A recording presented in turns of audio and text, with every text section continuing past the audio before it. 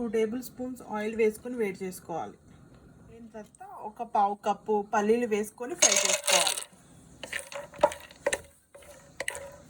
పల్లీలు ఫ్రై అయిన తర్వాత ఒక పావు కప్పు వేయించిన శనగపప్పు వేసుకొని ఫ్రై చేసుకోవాలి. ఇందులో ఒక 4 పచ్చిమిర్చిని ఇలా సన్నగా కట్ చేసుకొని వేసుకొని ఫ్రై చేసుకోవాలి. ఇందులో 3 రెబ్బలు కరివేపాకు వేసుకొని ఫ్రై చేసుకోవాలి.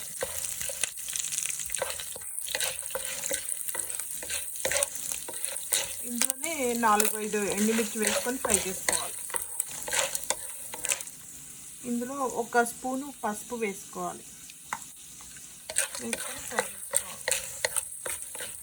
ఇవన్నీ ఫ్రై అయిన తర్వాత 2 కప్స్ పోహా వేసుకొని కలుపుకోవాలి.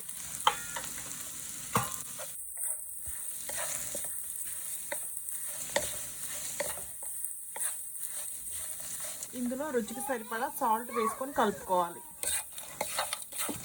ఒక పావు స్పూన్ కారం వేసుకొని కలుపుకోవాలి. కారం మొత్తం బాగా కలిపేసుకొని ఇంకా స్టవ్ ఆఫ్ చేసుకొని హాట్గా సర్వ్ చేసుకోవాలి. అంతే, ఎంతో టేస్టీ పోహా మిక్చర్ రెడీ. ఈ వీడియో నచ్చితే లైక్ చేయండి, షేర్ చేయండి. మరిన్ని వీడియోస్ కోసం చూస్తూ ఉండండి కిట్కాస్ కిచెన్. ఈరోజు ఏం స్నాక్స్ తినాలా అని థింక్ చేస్తున్నారా? ఇది ఈజీగా ఫాస్ట్గా ప్రిపేర్ చేసుకునే పోహా మిక్చర్ ప్రిపేర్ చేసి మీ ఇంట్లో వాళ్ళకి పెట్టండి.